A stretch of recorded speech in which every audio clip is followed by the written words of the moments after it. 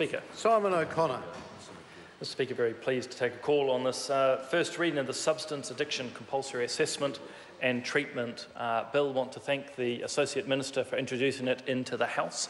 I think it's just another example of this government's good work in this space, and there's a lot of work going on. This basically fits in a broader context with the government's methamphetamine action plan, amongst other things, and basically working in the space of mental health and a particular focus on youth. I think also it touches on some of the wider areas that the Minister himself is leading around sort of drug control.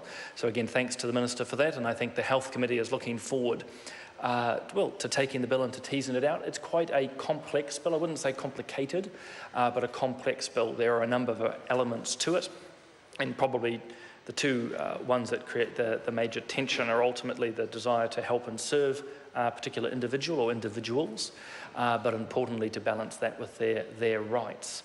I was pleased, well, I was going to say disappointed actually, let's start with a positive. I was pleased to hear that the Labour Party is supporting this to first reading, and I'm hoping that other parties in the House, New Zealand First and Greens, will be doing the same so that we can tease this out. I have to say for the record I became a little bit disappointed but not completely surprised that the particular points of this bill were then taken to basically start a whole lot of predictable cliches attacking the government in the area of health. Well, there's no point in actually putting them out again because they're all sort of falsities, and the fact that the opposition just continues to put them out time and time again is that sort of old axiom that if you say it long enough, people might believe it. The only problem, Mr. Speaker, we have is that actually when I'm in my own electorate and around the country, people are actually very grateful for the work that this government's doing in the health sector, and nothing like results to actually prove that.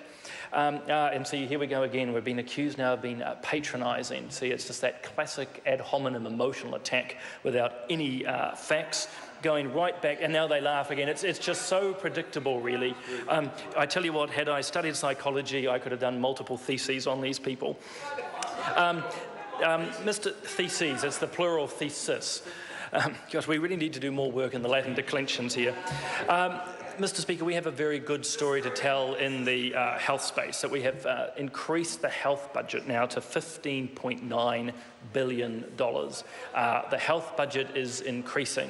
The attempts to jump through hoops and spin things that there's actually somehow a decrease basically falters very fast in face of the facts. There we go. Now we've got a bit of alliteration thrown in there as well.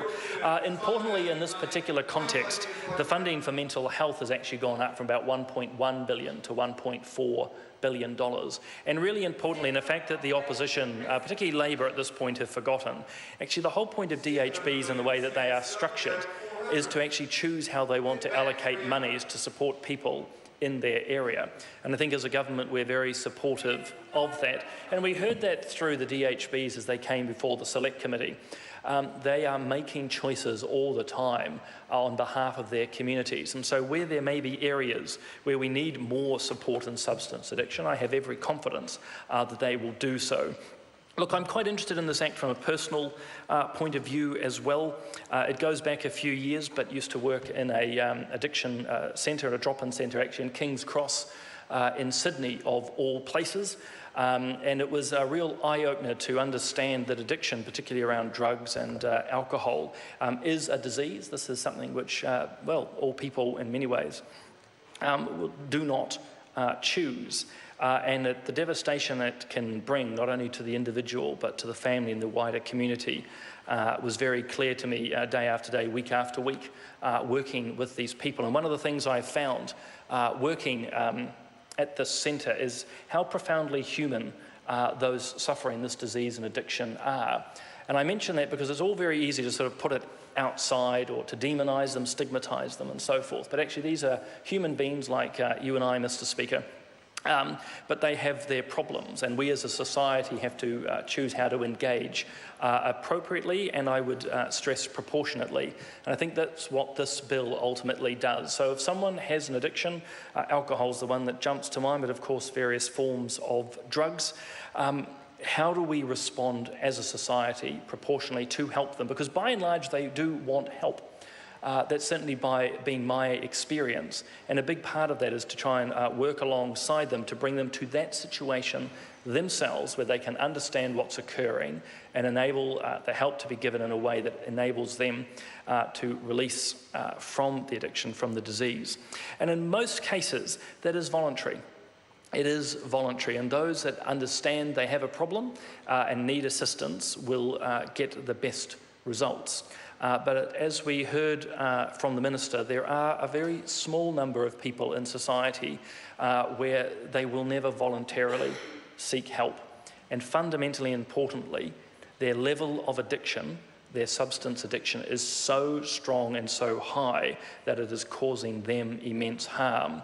And importantly, I want to stress again that the addiction not only causes them harm, but it's been very clear to me over the years, be it that experience in Sydney or in other places here in New Zealand, it has an immediate and profound impact on the family, the whānau, and the wider community. This is not something that is ever isolated, and therefore we as a community have a duty, I would argue a moral duty, to step in and assist in these rare cases. So again, this is not compulsory for all people by any means. It's for a very limited number.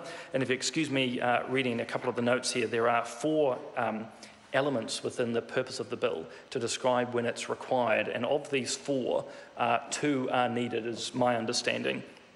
So the first test, if you will, is if someone has a neuroadaptation to the substance. For those who don't know what a neuroadaptation is, basically it's when your body, basically it compensates for the presence of that particular chemical or substance and enables you to, function quite normally.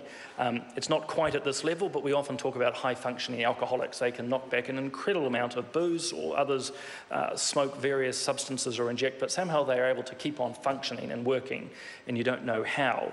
And that's neuroadaptation. The body is able to compensate.